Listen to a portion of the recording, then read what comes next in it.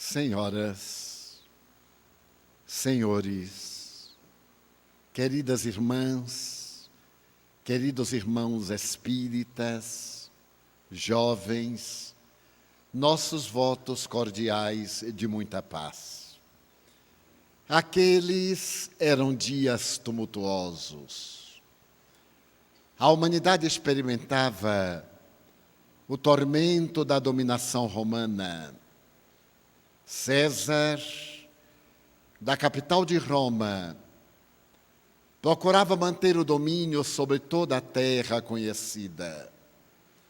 As legiões, à semelhança de gafanhotos esfaimados, devoravam as nações da terra. E Israel padecia o jugo dominador da casa imperial. Fazia 400 anos que Israel aguardava a mensagem profética. Aquele povo que vivera nômade, escravo no Egito, que padecera a injunção dolorosa da escravidão na Babilônia, mas que sempre recebera a presença do mundo espiritual, atravessava o seu período mais doloroso, que era a falta da revelação espiritual. Aquele povo monoteísta, em um oceano imenso de politeísmo, amargurado aguardava que chegasse o Messias, que parecia não vir para atender a dor que estiolava o coração da pátria. Foi quando apareceu às margens do Rio Jordão a figura de um homem singular, a cabeleira desgrenhada, a barba hirsuta, o corpo mal coberto por uma pele de animal selvagem, com uma corda atada nos rins. Ele anunciava uma era nova e dizia: eu sou aquele que prepara os caminhos do Senhor. Arrependei-vos, fazei penitência, porque é chegada a hora terrível do Senhor. E quando ele chegar, a terra reveder-se-á, e a felicidade tomará conta do mundo. Ele é tão grande, que eu não sou digno sequer de amarrar os cordões das suas sandálias. Essa voz era de Iocanã, João, que às margens do Rio Jordão batizava as pessoas. O batismo naturalmente era simbólico. Era uma maneira de a pessoa abandonar o homem velho, de fazer nascer uma criatura nova, adotar um outro nome e totalmente renovado dedicar-se à era nova. Aquela voz extraordinária que proclamava o mundo novo, gritava em uma região chamada Bet-Abara, a casa da passagem. E por isso mesmo a sua voz ia de quebrada em quebrada, anunciando a chegada do homem novo, daquele que ia modificar a estrutura da humanidade. Seu verbo flamívono ainda estava cantando naquela região, quando, na cidade de Cafarnaum, uma das cidades mais famosas da tetrarquia da Galileia, deveria ser o cenário de uma chegada especial. Para que nos possamos localizar, Israel, desde o tempo de Herodes o Grande, havia sido dividida em 4 regiões, porque cada uma delas havia sido oferecida a um dos filhos do governante. E a Galileia era uma região pobre, região assinalada por pessoas modestas, mas era também a região fértil da agricultura, porque ali a 200 metros abaixo do nível do mar Mediterrâneo havia um mar que passaria à posteridade com o nome de Mar da Galileia, Mar de Tiberíades, o Lago de Genezaré. Em realidade, não é uma grande porção de águas. O seu volume de águas é menor do que o da Baía de Guanabara. Mas para o Oriente Médio, aquilo era uma verdadeira bênção da divindade, porque aquele mar ou lago era o resultado do Rio Jordão, que descendo do norte na direção do sul, deixava as suas águas naquela cavidade profunda da terra e rasgava adiante, atravessando o deserto, para petrificar as suas águas no que hoje denominamos o Mar Morto, petrificar em sal. Era uma região formosa, e as cidades mais ricas, Magdala, Cafarnaum, Dalmanuta, representava o poder imperial e também a glória de Roma e da Grécia, pelas suas avenidas calçadas, pelos santuários diversos, mas também pelas grandes mansões dos poderosos que dominavam a região. Cafarnaum, às margens do Mar da Galileia, era uma região tipicamente de pescadores. Os historiadores asseveram que, àquele tempo, há 2000 anos quase, naquele mar piscoso, havia aproximadamente 5.000 embarcações para a pesca. E por isso mesmo a região se tornou famosa. Na casa de um pescador, de nome Simão Bar Jonas, Simão, filho de Jonas, no sábado pela madrugada ocorre algo que vai mudar o destino do planeta terrestre. As pessoas começaram a correr à casa de Simão desde a véspera. As construções naquela região ao tempo, e ainda hoje, eram feitas de pedras vulcânicas. As casas eram quadrangulares, de um piso, com uma escada lateral, porque a parte superior transformava-se num pátio, que se abria numa claraboia, para que os ventos agradáveis do entardecer pudessem refrescar a intimidade doméstica. E naquela casa, de pedra negra e calcinada, uma verdadeira multidão se aglutinava ao amanhecer desse sábado, provocando um vozerio que causava perturbação. Eram rancenianos, pessoas portadoras de dermatoses variadas, feridas, psicopatas, obsidiados, aqueles que traziam a organização fisiológica arrebentada pelas enfermidades destrutivas, a ansiedade, a curiosidade. De repente, quando o sol abre seu leque de plumas douradas e ardentes, e a casa está repleta, não cabendo quase ninguém, todos olham para a porta do fundo, a que dava acesso à praia, ao mar. E então vem adentrar-se um homem de 1,78 m, aproximadamente, a cabeleira abundante partida ao meio, no tom do mel, ou do ouro velho, ou do latão sujo, misturando-se anelada na barba que lhe cai sobre o peito magro, uma indumentária larga, tecida na roca, na tonalidade cinza, e uma face esplendorosa na qual 2 olhos parecem 2 estrelas cravadas no céu, iluminando aquele dia precioso. E quando ele aparece, a multidão é tomada de espanto, e o silêncio natural faz-se na sala que agora está ardente de calor e as pessoas desesperadas. É Yahshua ben Yosef, Jesus, o filho de José. Ele tem uma postura nobre. Pode-se dizer que é semelhante a uma labareda de fogo, ou a uma espada nua, tal a grandeza do porte, e a face dominada por um magnetismo de infinita ternura. Naquele silêncio que se fez natural, ele de imediato abre a sua boca e começa a dizer: eis que eu vos trago a minha paz. É tão importante a paz. Quem não necessita da paz aqui dentre nós?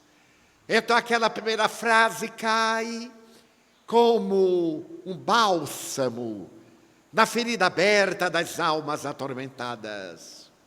A paz que eu vos trago é diferente da paz que o mundo oferece, porque a paz que o mundo oferece é uma trégua antes da guerra. A minha é a paz da consciência tranquila, a paz que desabrocha do coração, mas que somente eu a posso dar. Quando experimentardes a minha paz e aplacardes a fúria das vossas paixões, então vivereis a alegria imensa que vai se transformar na lídima felicidade. As pessoas entreolhavam-se. Parecia que um ar de bondade e misericórdia tomara conta daquele auditório na casa de Simão Barjonas. De repente, antes que ele pudesse continuar o seu discurso, lá da rua, uma voz começou a gritar: Jesus de Nazaré, tem piedade de mim e cura-me. A voz continuava gritando: Jesus de Nazaré, tem piedade de mim. Mas a multidão era muita e ele não podia chegar à sala perto de Jesus. Mas aquela voz desesperada continuava bradando: Jesus de Nazaré, apiada-te de mim. Quando alguém disse: mas é impossível, ele está dentro da sala, levem-no pelo telhado e desçam-no em cordas, porque ninguém pode adentrar-se na sala. A curiosidade das pessoas naquela sala quente e abarrotada fez-se ainda mais expressiva, porque logo depois escutaram-se passos na escada lateral e sobre o teto, e viram naquele quadrângulo descer uma esteira imunda, atada por cordas em 4 pontas, e descer lentamente, e sobre ela um homem que era quase um cadáver. A testa larga e suarenta, as narinas arfantes, os lábios finos e a dentadura à mostra, a garganta caracterizada pelas veias e artérias que pareciam serpentes prestes a dar um golpe, o corpo magro, a indumentária rasgada, o olhar imenso, com os olhos fora das órbitas e as mãos crispadas. Jesus de Nazaré, tem piedade de mim. Então todos olharam àquele estranho, e Jesus também o olhou, e o homem súplice: cura-me, Senhor. Então Jesus olhou a multidão, como a perguntar o que deveria fazer. E a multidão daquele tempo, que é a mesma de hoje, meneou a cabeça a dizer que ele deveria curar o homem para que todos vissem e depois de verem pudessem acreditar. Então Jesus olhou para o homem e perguntou-lhe docemente: Natanael, filho de Elias, tu crês que eu te posso curar? O doente teve uma exclamação: Senhor, tu me conheces, ó Natanael. Eu te conheço, ergo bonus pastor sum. Eu sou o bom pastor e conheço as minhas ovelhas todas, uma a uma. Não te espantes, pois, de eu perguntar-te se tu crês que eu te posso curar. Natanael, agora emocionado, respondeu: Senhor, eu creio. Faz 25 anos que a paralisia imobilizou-me e que eu aguardo esse momento para poder recuperar-me. Tem piedade de mim. Jesus então olhou profundamente o paralítico nos olhos e com a sua voz argêntea e nobre disse-lhe: Natanael ben Elias, se tu crês que eu te posso curar, levanta-te e anda. Natanael ergueu os braços magros, cravou-os no chão e deu um impulso. Mas o corpo ao quebrado teve um vagador e ele desmaiou. Então as pessoas sempre duvidosas tiveram uma exclamação de surpresa: oh! Mas nesse momento Jesus estava quase ajoelhado, olhando para o homem que, ao abrir os olhos, contemplou a face iluminada do estranho rabi. E Jesus lhe disse paulatinamente: Natanael, filho de Elias, em nome de meu Pai, eu te ordeno, levanta-te. E também se foi levantando Jesus e o paralítico, como se tivesse uma catapulta invisível colocada às suas costas. Foi-se erguendo e ficou de pé. Ao ficar de pé, ele oscilou como um pêndulo de um relógio. Enxugou o suor. Estava curado. Então ele olhou ao mestre e perguntou: e agora? Que queres que eu faça? E Jesus lhe disse: vai, apresenta-te aos doutores, para que eles coloquem novamente o teu nome no livro dos vivos e possam saber o de que é capaz aquele que vem em nome de Deus. Natanael, que viera descido pelo telhado, deu um grito, enrolou a esteira imunda. A multidão fez 2 alas, ele atravessou, e a sua voz se perdeu na praia quando ele cantava: aleluia, hosanas, glória ao enviado de Israel. Houve um estacato, um grande silêncio. E então uma senhora que estava à distância gritou: Rabi, cura minha filha, que é cega.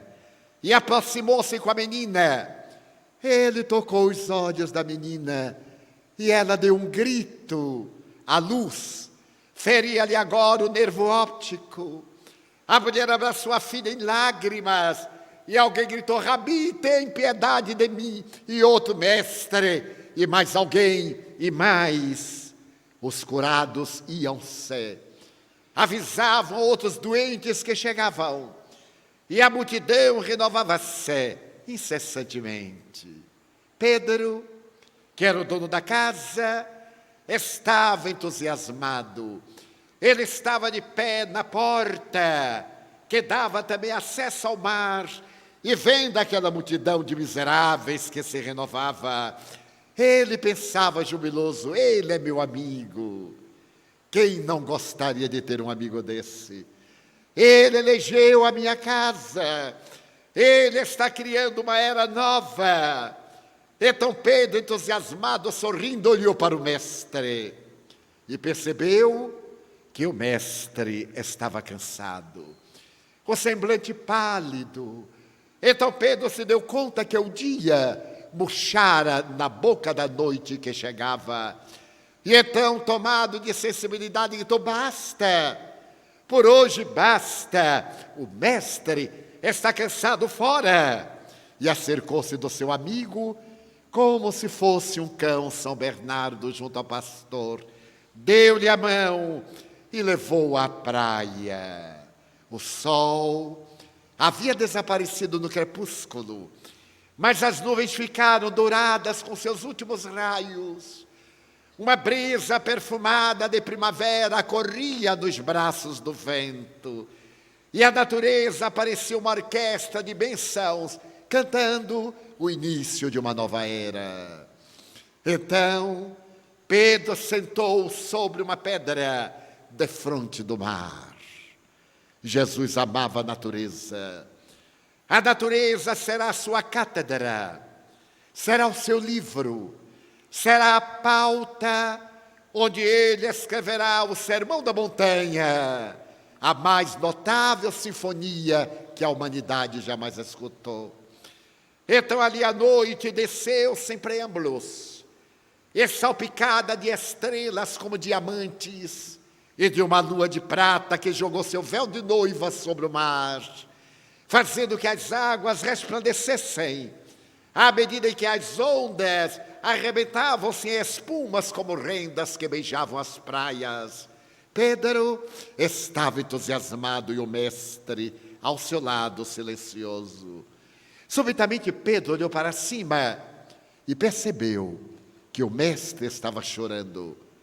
Então Pedro fez uma pergunta: Rabi, você está chorando? Sim, Simão. De alegria, por certo? Não, Simão. De tristeza. Mas, mestre, hoje é o dia em que nós iniciamos a Boa Nova, a mensagem de libertação, e você está triste? Sim, Simão, eu estou triste. Mas, mestre, eu vi as curas, eu acompanhei os fenômenos. Era para você estar alegre. Infelizmente, Simão, eu estou triste. Mas, Senhor, Natanael ben Elias, eu conheço. Toda vez que o peixe sobe do mercado, eu levo-lhe como esmola. Aquela mulher que era cega, a quem você restituiu a vista, eu também conheço. E aquele leproso pútrido, cujos tecidos se refizeram diante dos nossos olhos, eu conheço. E todos eles estão saudáveis. Não há motivo para tristeza. Então Jesus lhe disse: Simão, tu te referes a Natanael, que era paralítico. E nesse momento ele está numa tasca, em um bar, bebendo com pessoas perturbadas e depravadas. Aquela mulher a quem eu restituí a vista, ao invés de estar agradecendo a Deus, está dizendo: agora eu me irei vingar daqueles que não me deram qualquer socorro quando eu era cega. Agora eu irei esforçar-me, eu vejo. E aquele leproso, cujo corpo podre e fétido fugia do contato com as pessoas e elas também dele, nesse momento ele está no lupanar, no leito de uma meretriz, e está dizendo: veja, o Rabi curou-me as chagas, e agora eu vou gozar e beber a taça do prazer até a última gota. Simão, você acha que eu tenha vindo para colocar remendo novo em tecido gasto e em buracos grandes? Você não sabe que quando se coloca uma tela nova em pano velho, o rombo é maior? Você pensa que eu venho colocar o vinho bom em odres sujos para que ele se avinagre? Não, Simão. Os corpos que se curam voltam a adoecer. Eu venho curar as almas para que não adoeçam nunca mais. Eu venho trazer a mensagem de libertação para aqueles que têm as úlceras morais, e libertando-se das suas perturbações profundas, adquiram a saúde integral. Mas é natural que tu não me compreendas, nem eles. A carne é uma exigência tão poderosa que as pessoas desejam libertar-se da carga das enfermidades, embora saia de uma doença e vá procurar outra. Mas é natural que assim seja por enquanto, até um dia que não está longe, quando eu mandarei o Espírito de verdade vir à terra. Nesse dia que não está muito distante, mas também não está próximo, eu mandarei o Consolador, e ele virá repetir as minhas lições, ele dirá coisas novas, e a humanidade chagada, como nos dias de agora, irá buscar não a cura para as suas mazelas, mas a cura para as suas imperfeições. Um dia, Simão, eu mandarei o Consolador. A sua doce voz silenciou naquela noite profunda, e nós sabemos o que aconteceu. O Evangelho se tornou a grande mensagem do homem de Nazaré. Ele mudou a estrutura da sociedade, a sociedade egoísta, perversa.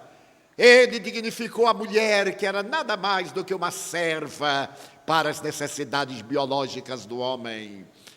Ele se dirigiu aos miseráveis, às meretrizes, aos ébrios, aos infelizes, porque ele é o divino médico das almas. E é natural que o remédio esteja ao lado do doente e o terapeuta ao lado do portador da enfermidade. Nós o acompanhamos naquela tarde magistral da montanha, quando ele cantou as bem-aventuranças e modificou os códigos legais da humanidade. Bem-aventurados os pobres de espírito, bem-aventurados os mansos de coração, bem-aventurados perseguidos pela justiça, bem-aventurados que têm fome, sede da verdade, porque eles herdarão o reino dos céus. Até então, o vencedor era aquele que matava o outro. E até hoje, herói é aquele que se ergue sobre os cadáveres, que ficam juncando os campos de batalha. Com Jesus, a questão modificou-se. Vencedor não é o que derruba o outro, é o que vence a sua animalidade. Herói não é aquele que destrói a outra vida, é aquele que tem a coragem de enfrentar as suas próprias imperfeições e superá-las. Em realidade, o pobre de espírito, de vaidade, de orgulho, de mesquinhez, de egoísmo, é rico de humildade, é rico de paz, é rico de esperança, de alegria, de bondade, de ternura, de beneficência.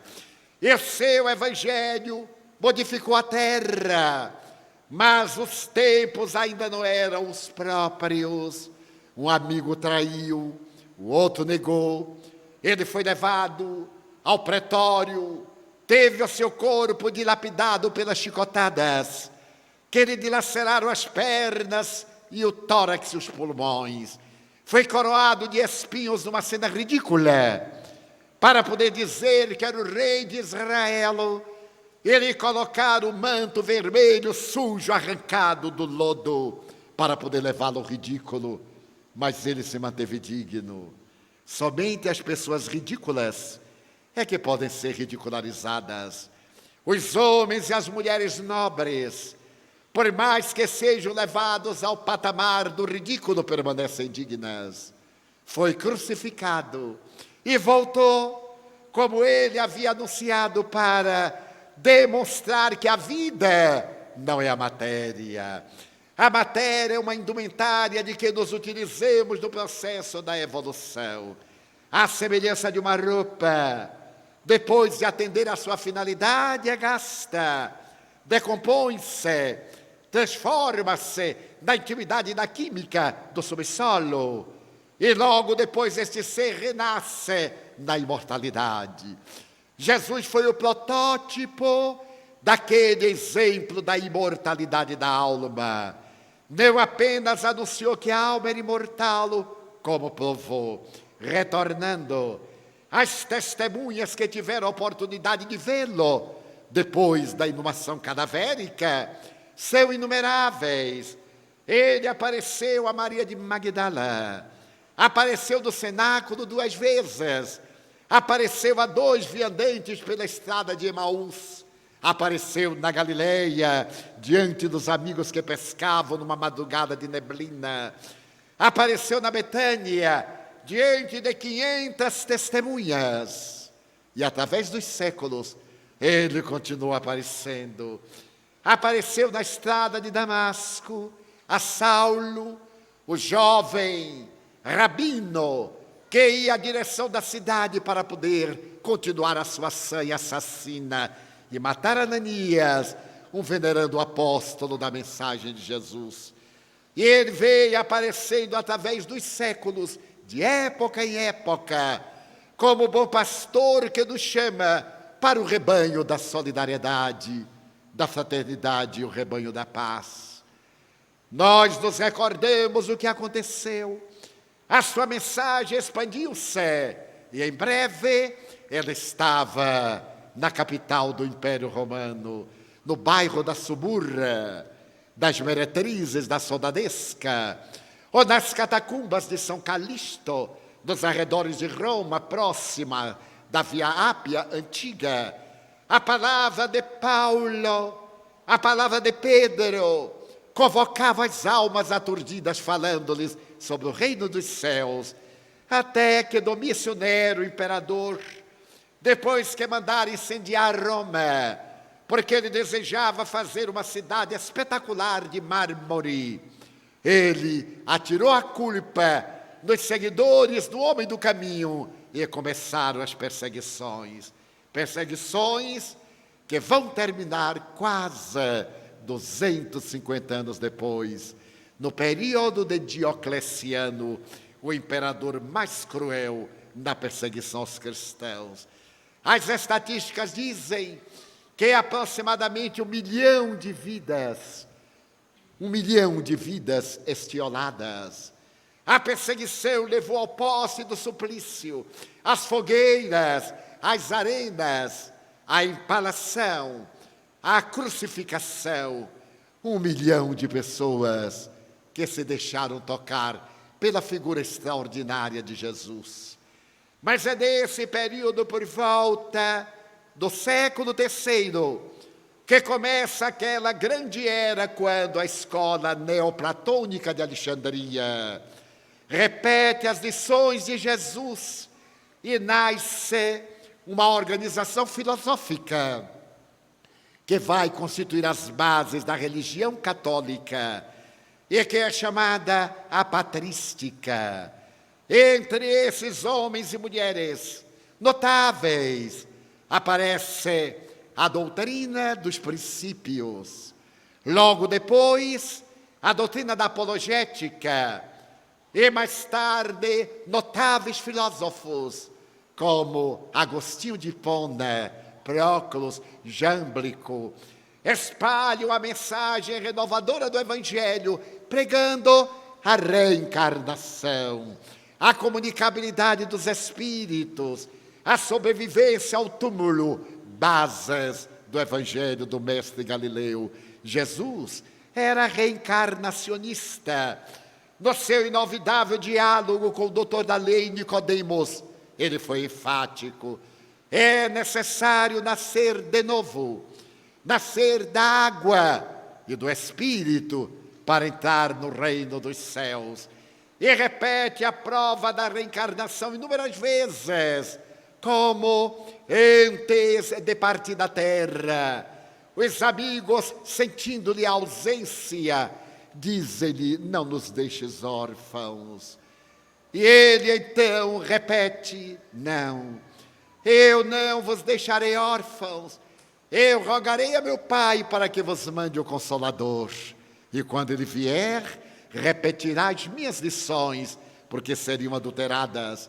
Dir-vos-á coisas novas, e ficará convosco até a consumpção dos ervos. Conforme podemos ler no Evangelho de João, capítulo 14, versículos 14, 16, 25, 26. Então o Evangelho esplende e avança.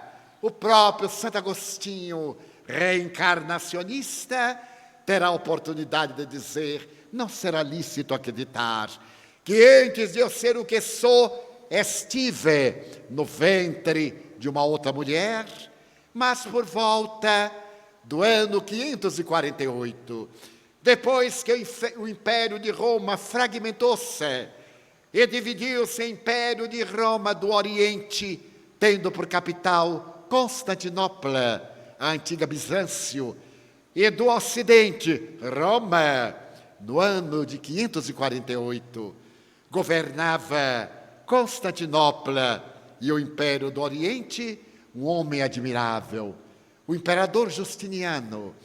O imperador Justiniano era um homem culto, amante das letras, das artes, era divulgador da ciência empírica e era casado com uma meretriz. Essa mulher sedutora, Teodora, havia conseguido coaptar a simpatia do imperador e casara-se com ele. Aconteceu então algo especial. Uma meretriz sai de um bordel e vai à casa palaciana para governar metade da terra.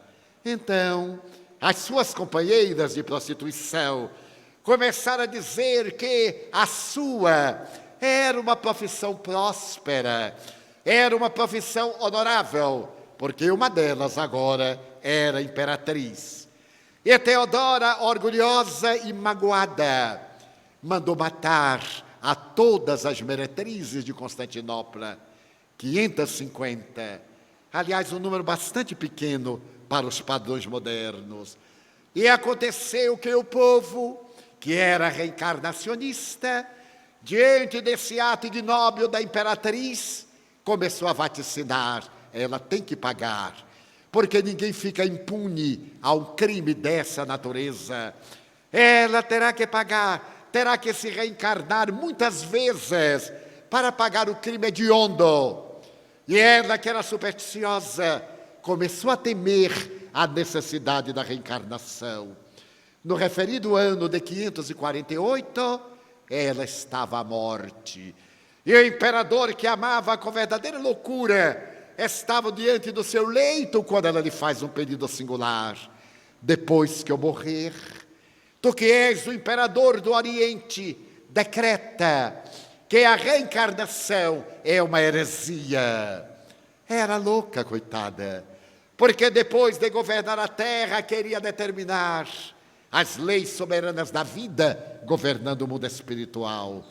Eu não partirei da terra feliz se souber que a reencarnação vai permanecer no cristianismo.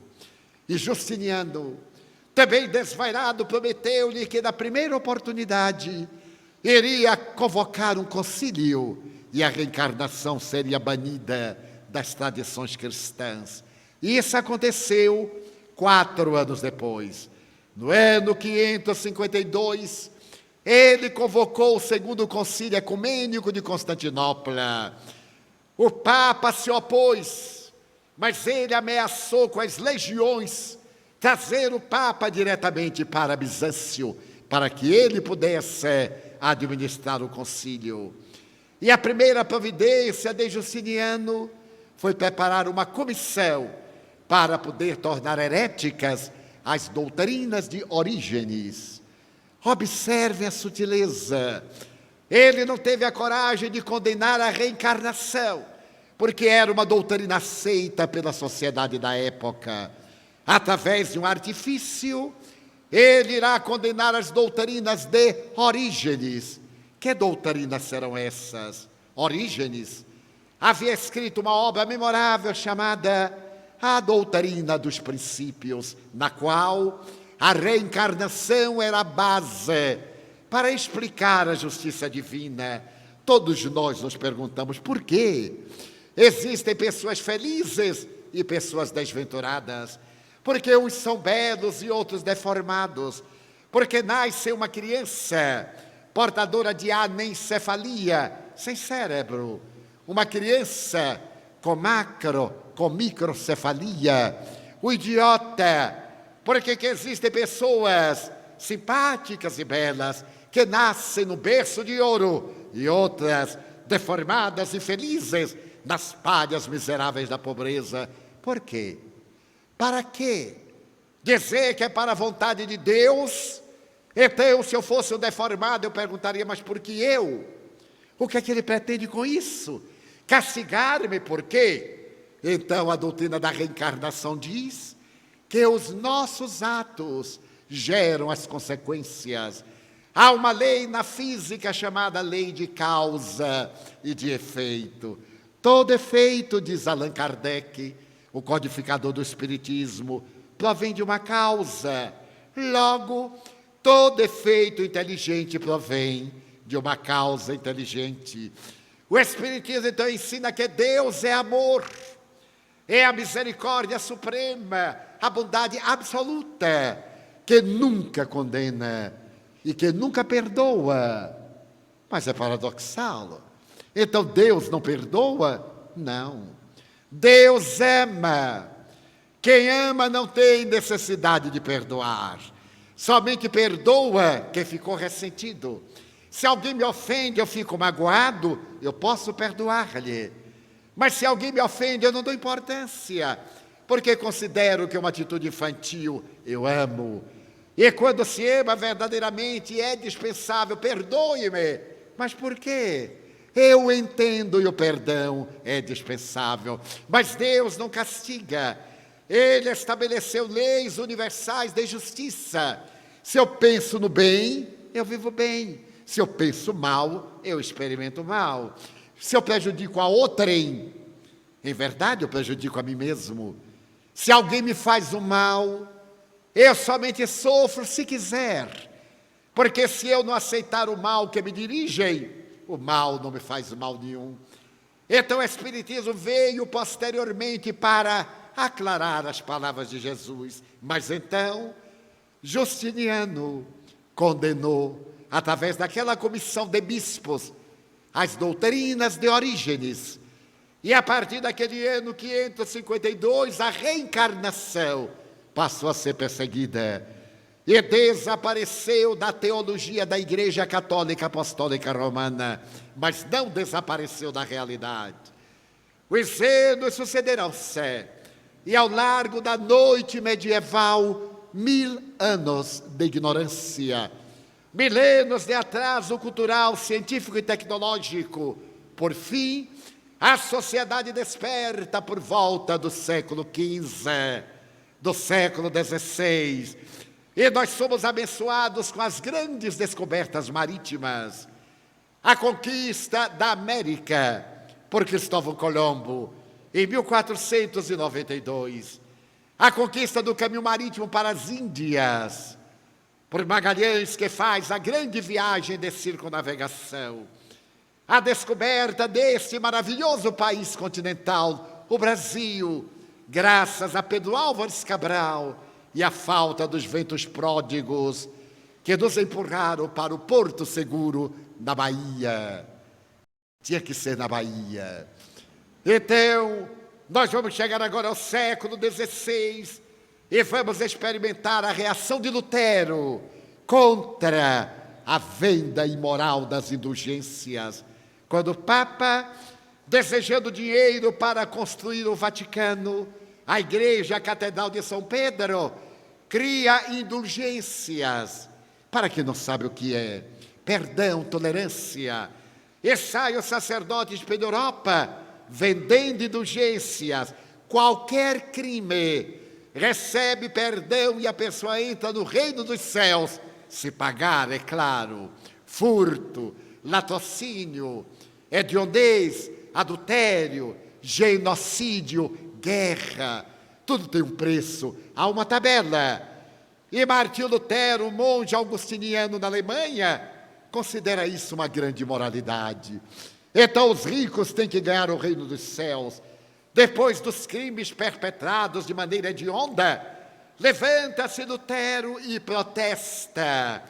Coloca na porta da catedral 92 expressões de repúdio a essa atitude vergonhosa.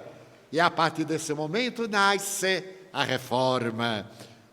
O protestantismo, de imediato, à medida que o protestantismo sai da Alemanha, o luteranismo, e se adentra na Suíça por Genebra, cantão de língua francesa, João Calvino aceita a doutrina de Lutero e modifica, nascendo o calvinismo. Depois vai para Zurique, e em cada lugar em que chega a doutrina, alguém altera, e hoje são 2000 denominações protestantes, ou 2000 denominações evangélicas. Nós vivemos, particularmente no Brasil, o chamado Neopentecostes. Quando surgiram essas igrejas evangélicas vendendo o reino dos céus ao peso do dízimo. Quanto mais der, mais Deus lhe dará. É tão paradoxal. Afinal, para que Deus quer o nosso dinheiro? Se Ele é o dono do universo, inclusive de nós. Então, a técnica de merchandise leva as pessoas ingênuas a pagarem para poder ter um automóvel, um emprego, sorte no amor. Antigamente isso era através da cartomante. Sorte no amor, emprego, alegrias. Mas as almas são ingênuas e, desconhecendo a realidade da proposta de Jesus Cristo, adotam comportamentos esdrúxulos que não criticamos, mas que lamentamos por falta de discernimento. Enquanto seus pastores enriquecem, edificando mansões nababas de 50 milhões de dólares, aviões especiais para se locomoverem de um lado para o outro, graças a essa contribuição espontânea da lavagem cerebral das almas bondosas, mas desconhecedoras do Evangelho de Jesus. Dar de graça é o que ele propõe. Dar de graça tudo o que de graça recebeste. O Filho do Homem não tem uma pedra para reclinar a cabeça, embora as aves dos céus tenham ninhos, e as serpentes e as feras tenham seus covis. Esse é que é o homem de Nazaré. Esse é que é o ser extraordinário, que nos vem pregar um reino que não é terrestre. O reino terrestre nós vamos conseguir com suor, porque Deus não dá mais àquele que lhe dá. Deus é misericórdia. E aqueles que são os carentes, os miseráveis, para esses é que ele reservou o reino dos céus. Mas a cultura avança, e no século XVI, ainda no começo do XVII, Galileu descobre que a Terra não é o centro do universo, como dizia a Bíblia, e pregava a religião. É obrigado pela Inquisição a desdizer-se, porque se acreditava que o Sol, inclusive, girava em torno da Terra, o sistema geocêntrico. Galileu, observando o movimento dos astros com o telescópio doméstico que ele fez, percebe que eles se movimentam e lança o sistema heliocêntrico, exatamente quando o sistema heliocêntrico é apresentado por um outro grande astrônomo. Há uma revolução de lógica. É nesse período de conquistas da ciência que Newton estabelece as bases da física. O século XVIII é o século da enciclopédia, o século da filosofia, de Voltaire, da Revolução Francesa, de Robespierre, Marat, Danton, os grandes filósofos e os grandes perversos. Mas logo depois, o século XIX é o século das luzes. E quando Napoleão Bonaparte, no dia 2 de dezembro do ano de 1804, é coroado imperador dos franceses na Catedral de Notre-Dame, em Paris, 2 meses antes, na cidade de Lyon, nasce o menino Hippolyte Léon Denisard Rivaio, de uma família católica, que será mais tarde Allan Kardec, o codificador do Espiritismo, que será o embaixador das vozes dos céus, que vem trazer à humanidade o Consolador, aquele Espírito de verdade, quando acompanha as experiências mediúnicas nos grandes salões de Paris, principalmente da senhora Pleine-Maison, depois na casa do senhor Baudin, através de 2 meninas que movem a mesa, que movem uma cesta que escreve no ar, que cai em 13 e que escrevem para que no dia 18 de abril de 1857, entre 9 e 10 horas da manhã, em uma livraria, a livraria do seu amigo Danty, em Palais Royal, na Galeria d'Orléans, apareça o Livro dos Espíritos, o maior tratado de ciência da imortalidade, a maior obra de filosofia espiritualista, que irá revolucionar a Terra, assinalando a era do espírito imortal. É nesse período que o materialismo está dominando as mentes. No dia 31 de março de 1848, em Londres, pela manhã, Karl Marx apresentou o Manifesto Comunista. E ao apresentar o Manifesto Comunista, ele disse essa frase: a religião é o ópio das massas. E os religiosos ficaram muito ofendidos, porque ele era materialista dialético, era um grande economista. Mas ele tem razão. Consideremos. A religião dizia às pessoas humildes, aos agricultores, ao homem do campo, ao povo: sejam humildes, submetam-se aos poderosos, porque vocês irão para o reino dos céus e eles irão para o inferno.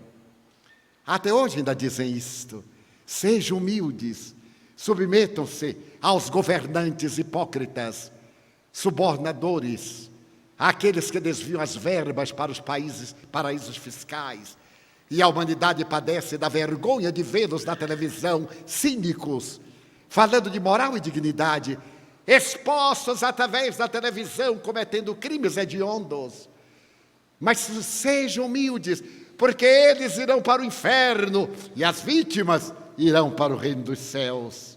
Então Marx percebeu que isso é uma mentira, é um engodo, porque quando morrem os poderosos, logo se celebra a missa de corpo presente e se lhes perdoam todos os pecados. Missa de terceiro dia, de sétimo dia do mês, do ano. Também nas denominações evangélicas, a pessoa comete todas as arbitrariedades, todos os crimes e aceita Jesus como seu Salvador e vai para o céu com armas, bagagens e moedas. E as suas vítimas? Será em verdade isto? Não é um engodo? Não é um ópio para nos iludir? Eu me recordo de uma cena muito brasileira. Aconteceu no interior da Bahia, na época que sucedeu a libertação dos escravos. E a Chica era uma afrodescendente que tinha filhas muito belas. E o senhor, que agora já não era mais o proprietário, utilizava-se das meninas quando chegavam à idade da adolescência e depois mandava-as para os prostíbulos da cidade. Cometeu as maiores arbitrariedades. Até o dia que morreu, veio o sacerdote da sua religião, abençoou, perdoou-lhe todos os pecados. O algoz e as vítimas estavam na mais vil prostituição, portadoras de enfermidades sexualmente transmissíveis, lutando contra a desonra. E a Chica estava ali olhando aquele sicário da sua vida. Quando então chegou a viúva, também algo cínica, e disse a Chica: olha o rostinho dele, parece que está dormindo, não é? Ela disse: é, senhora, só que ele vai acordar no lugar em que a máscara desaparece. Aqui ele está com a carinha de anjo, mas ele vai despertar no lugar em que vai revelar a cara de demônio.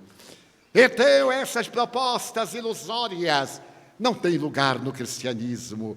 A doutrina de Jesus, desvelada pelo Espiritismo, vem dizer que é o amor, que são o culto do dever, a caridade, as expressões grandiloquentes da nossa misericórdia, que o reino dos céus não é conquistado com a moeda vil da terra, que fica na terra, é conquistado pelos nossos atos.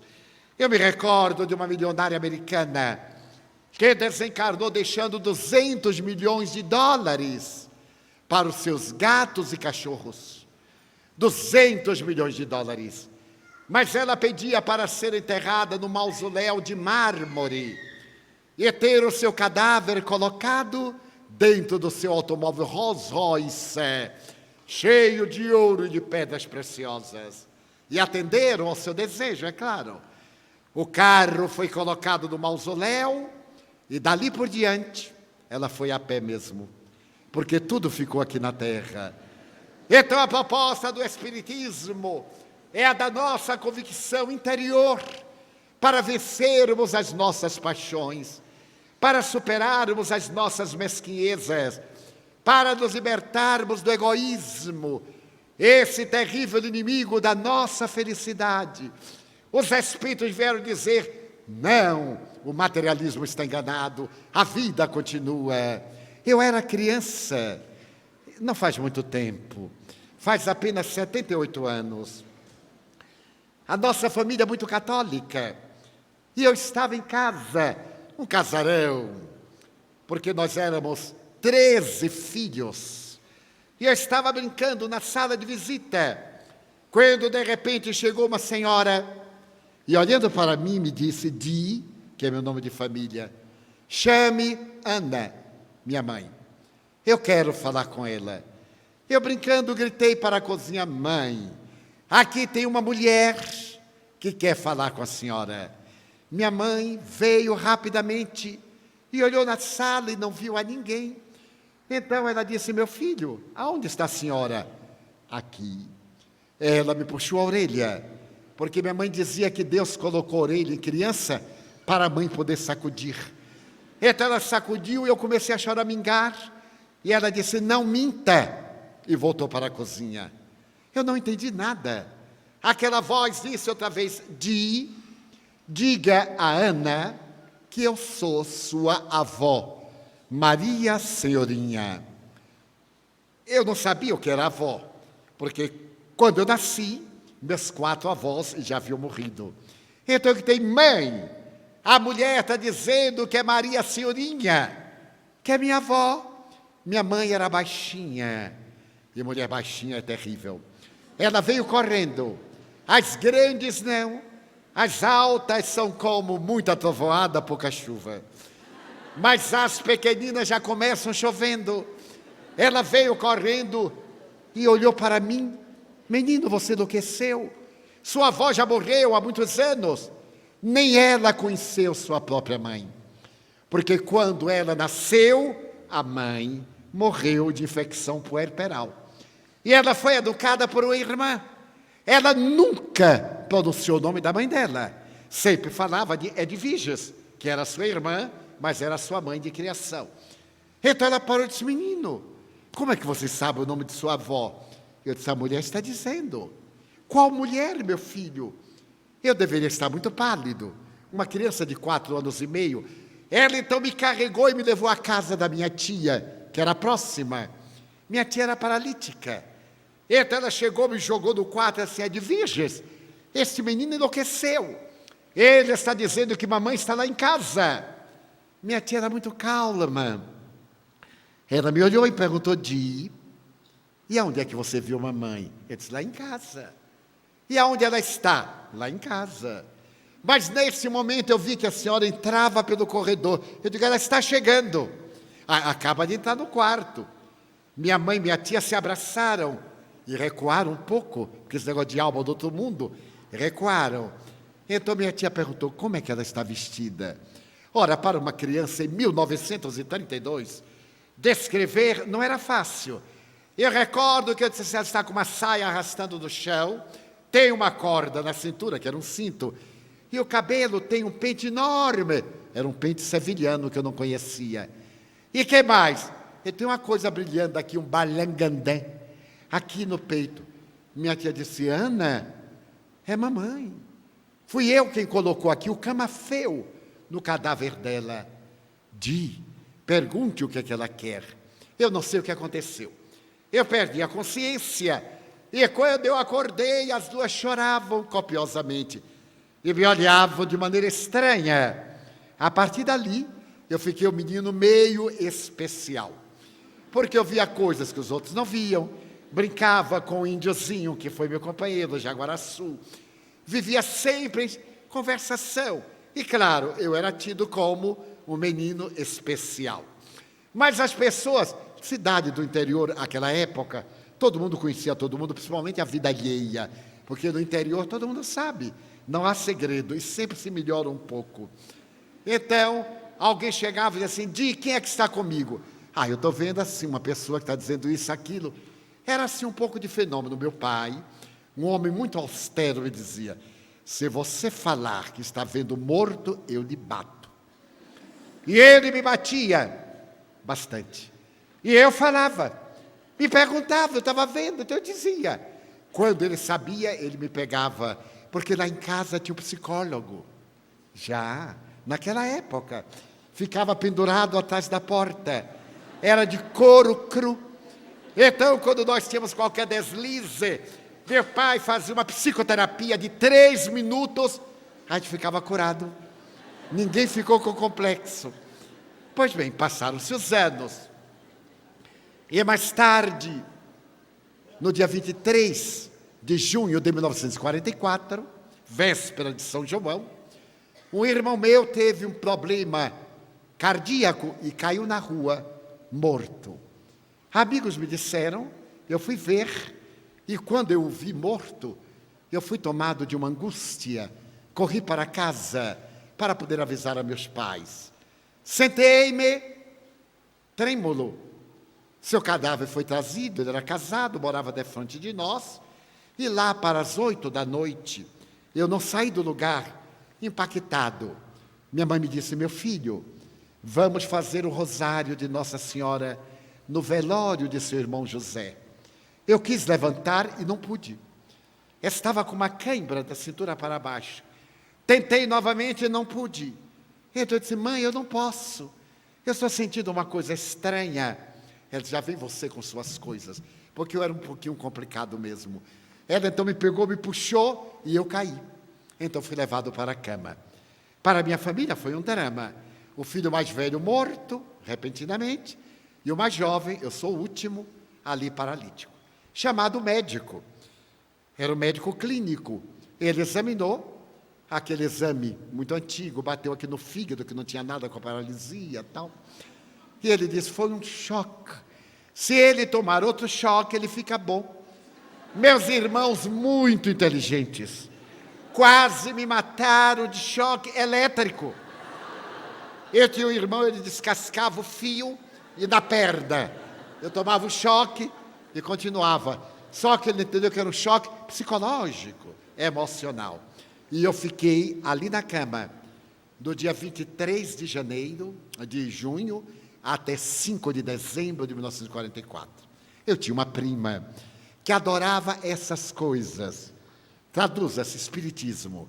Mas ela adorava, por exemplo, cartomante, quiromante, feiticeiro, porque ela queria casar-se.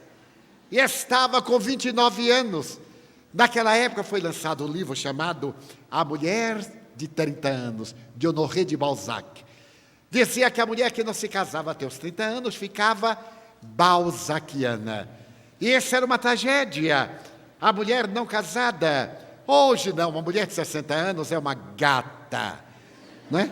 E uma coisinha dessa de 15, 20, quase que não tem valor. Mas naquela época, 30 anos era acabada. E minha prima estava desesperada, 29 anos, e não achava nem boa tarde. E em todo lugar, mas continuava com a religião tradicional. Quando chegou a feira de Santana, uma senhora que era médium, e minha prima sabia de tudo, não é? Porque mulher é um ser diferente. Deus fez a mulher superior ao homem. Ela sabe de tudo. Tem uma curiosidade extraordinária. O homem não é curioso, porque não necessita, porque a mulher conta tudo para ele. Então não necessita de ser curioso. E minha prima sabia e foi visitar a senhora. A senhora muito gentil, médium. E a minha prima perguntou, senhora, eu vou casar? E ela disse, minha filha, o importante não é casar ou deixar de casar. O importante é ser feliz. E começou a falar com ela. Ela nunca havia imaginado, porque casamento naquela época era um emprego. Casava para ter um apoio, para estar segura, etc. Então a senhora falou-lhe longamente por mais de 1 hora. Minha prima ficou tão confortada que disse, senhora, quanto a senhora cobra? Nada, minha filha. Mas a senhora gastou 1 hora comigo, não cobra nada, não. E por que não? porque eu sou espírita, eu sou médium espírita, e os médiuns espíritas damos de graça o que de graça recebemos, fazemos a caridade. Então minha prima perguntou: a senhora faz a caridade? É a base do espiritismo. A senhora visita doente? Sim, minha filha. Eu tenho um primo doentinho. Há 6 meses. A senhora o visitaria? Com muito prazer. No dia seguinte, minha prima mandou avisar a minha mãe. Eu ficava deitado com almofadões, as pernas frias, com aquela sensação de cãibra. Quando entro no meu quarto, minha mãe, a baixinha, a senhora, baixinha é meu karma, e minha prima. Então minha prima diz: é esse meu primo. A senhora me olhou e disse: mas ele não tem nada. Eu disse: tenho sim, senhora. Não, ele não tem nada. Eu digo: minha senhora, não diga isso. Eu imaginei a surra que eu ia tomar. 6 meses fingindo. Ia ser uma psicoterapia de 1 semana. Eu disse: eu sou muito doente, minha senhora. Ela disse: não é não. Você é obsidiado. Eu não sabia o que era, mas eu achei a palavra bastante forte. E perguntei: e o que é obsidiado? É um espírito. Você é médium. E o espírito se lhe acoplou no centro dos movimentos. Mas como a senhora sabe? Eu estou vendo, seu irmão. E ela descreveu meu irmão com uma riqueza de detalhes que eu não seria capaz. Então minha mãe ficou surpresa e eu também. Eu disse: mas como a senhora sabe? Eu estou vendo, meu filho. Eu perguntei: a senhora vê os mortos? Vejo. Eu fiquei tão feliz, porque eu era um louco solitário, agora eu tinha uma colega. Éramos 2.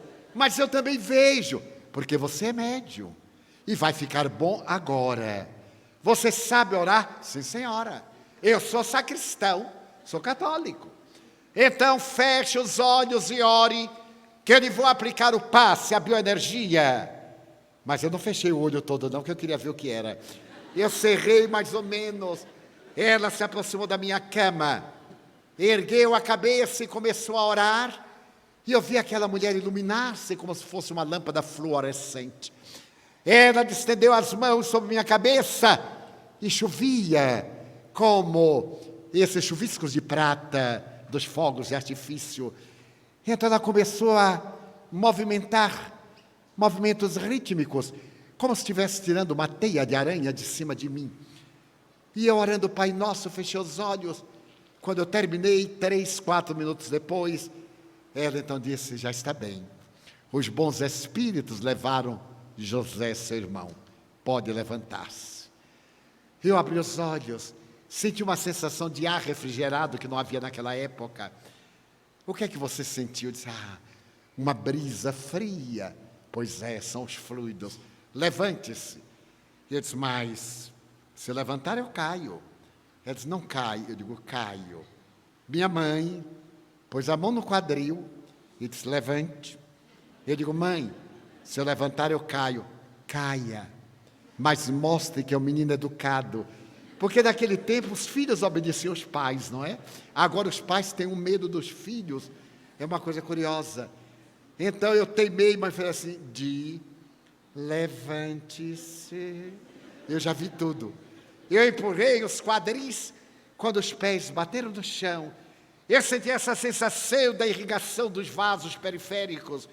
Fiquei de pé oscilando como Natanael. A senhora disse: vá até ali. Eu fui, voltei. Até hoje. São transcorridos desde aquele remoto dia 5 de dezembro do ano de 1944, 64 anos, 74 anos, nunca mais tive absolutamente nada. Então ela disse: agora precisa de uma sessão espírita. Eu disse: eu não vou. Ela: por que não vai? Porque o diabo está lá. Como é que você sabe? Porque todo mundo diz. Mas todo mundo dizia que você era paralítico e não era. Então minha mãe, sem me dar importância, perguntou: e aonde é a sessão, minha senhora? Ela deu o endereço. Minha mãe disse: nós iremos hoje à noite. Eu disse: mãe, eu não vou. Ela riu assim: vai. Vai. E fomos. Então foi a minha iniciação. Naquela reunião eu fiz um 13, meu irmão comunicou-se, e a partir daí abracei a ciência espírita, o Consolador, para poder entender que a nossa vida não é um passeio ao país da fantasia, é uma experiência iluminativa. Adotei a reencarnação para compreender a justiça divina, as comunicações espirituais, o contato com a imortalidade da alma. A partir desse momento, a vida se tornou luminosa e o Consolador que Jesus prometeu tomou conta de nossas vidas. Este Consolador, o Espírito de verdade, que o Espiritismo desvela, que temos a alta honra de nesta noite apresentar nesta cidade, em que estive há quase 30 anos, um pouco mais, para dizer-lhes que a vida tem um sentido psicológico. As dores, por mais doídas, têm uma causa que o nosso amor pode modificar. Ao invés da revolta, da blasfêmia, do desespero, a paz, a oração, o pedido a Deus por misericórdia, a intercessão de Maria, a Mãe Santíssima da humanidade, de Jesus, o extraordinário Filho de Deus que veio à terra para que tivéssemos vida e vida em abundância. Estamos no clímax de uma era que se vai, na grande mudança, para uma era que vem. Aí estão os tsunamis, os terremotos, aí estão as calamidades, todas as calamidades sísmicas, tornados, chuvas torrenciais, enfermidades terríveis, pandêmicas. Aí está a droga de seu, a sexolatria, o alcoolismo, a depressão, a síndrome de Alzheimer, de Parkinson, as enfermidades cardiovasculares, o desespero, assinalando a grande transição para um mundo melhor, um mundo de regeneração. Qual deve ser a nossa atitude de coragem? Enfrentar os desafios e superá-los, enfrentar as vicissitudes e avançar com a alma erguida na direção do futuro. Jesus espera por nós. Seu amor é inefável. Deixemo-nos conduzir pela sua dúlcida voz. Vinde a mim, todos vós que estáis cansados e aflitos. Recebei o meu fardo, tomai o meu jugo e aprendei comigo que sou manso e humilde de coração. Leve meu fardo, suave meu jugo, vinde a mim. Ele não venceu no mundo dos negócios, ele venceu o mundo. Então, nesta hora grave, que nós temos a coragem de porfiar no bem, e ao invés da blasfêmia e do desespero, agradeçamos os dons da vida. Nós temos tanto para agradecer e tão pouco para pedir. Vamos ver? Digamos: Senhor, eu gostaria de dizer-te que eu amo a vida, que para mim é bela e é consentida. Muito obrigado, Senhor, por tudo que me deste, por tudo que me dás, pelo ar, pelo pão, pela paz. Obrigado pela beleza que os meus olhos descortinam no altar da natureza. Olhos que veem o céu, a terra e o mar, que acompanham a ave ligeira que voa fagueira pelo céu de anil e se detém na terra verde salpicada de flores em tonalidades 1000. Muito obrigado, Senhor, porque eu posso ver meu amor, mas diante da minha visão eu detecto os cegos, que tropeçam na multidão, que se debatem na escuridão, que andam na solidão, e por eles eu oro. A ti eu imploro comiseração, porque eu sei que depois desta lida, na outra vida, eles também enxergarão. Muito obrigado, Senhor, pelos ouvidos meus, que me foram dados por Deus, ouvidos que ouvem o tamborilar da chuva no telheiro, a melodia do vento nos ramos do olmeiro, as lágrimas que vertem os olhos do mundo inteiro, ouvidos que ouvem a música do povo que desce do morro na praça a cantar, a melodia dos imortais que a gente ouve uma vez e não esquece nunca mais, a voz melodiosa, melancólica do boiadeiro e a dor que geme e que chora no coração do mundo inteiro. Pela minha faculdade de ouvir, pelos surdos eu te quero pedir, porque eu sei que depois desta dor, no teu reino de amor, eles voltaram a ouvir. Obrigado, Senhor, pela minha voz, mas também pela voz que ama, que canta, que declama, que ensina, que alfabetiza, que trauteia uma canção e que o teu nome profere com sentido e emoção.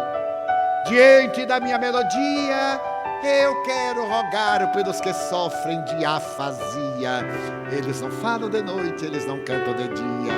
Oro por eles, porque eu sei que depois desta prova da vida nova, eles cantarão.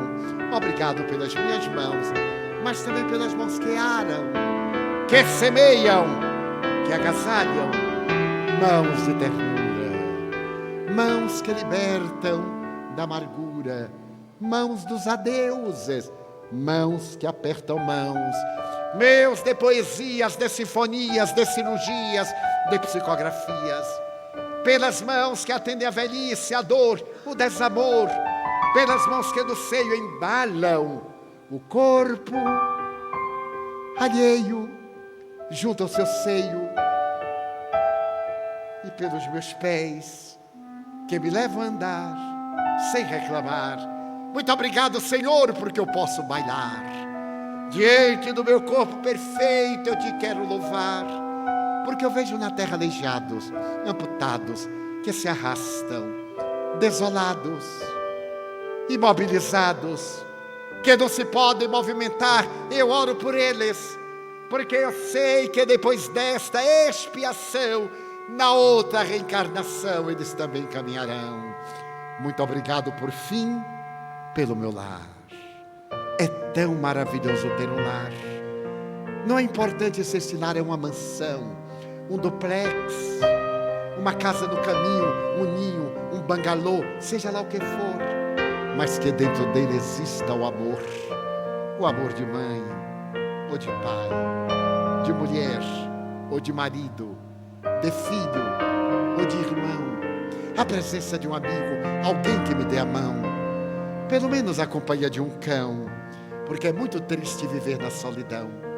Mas se eu a ninguém tiver para me amar, nem um teto para me agasalhar, nem uma cama para repousar, nem aí reclamarei, pelo contrário eu cantarei. Obrigado, Senhor, porque eu nasci. Obrigado, Senhor, porque eu creio em Ti. Pelo Teu amor, obrigado, Senhor, pela Sua atenção. Muito obrigado, senhores.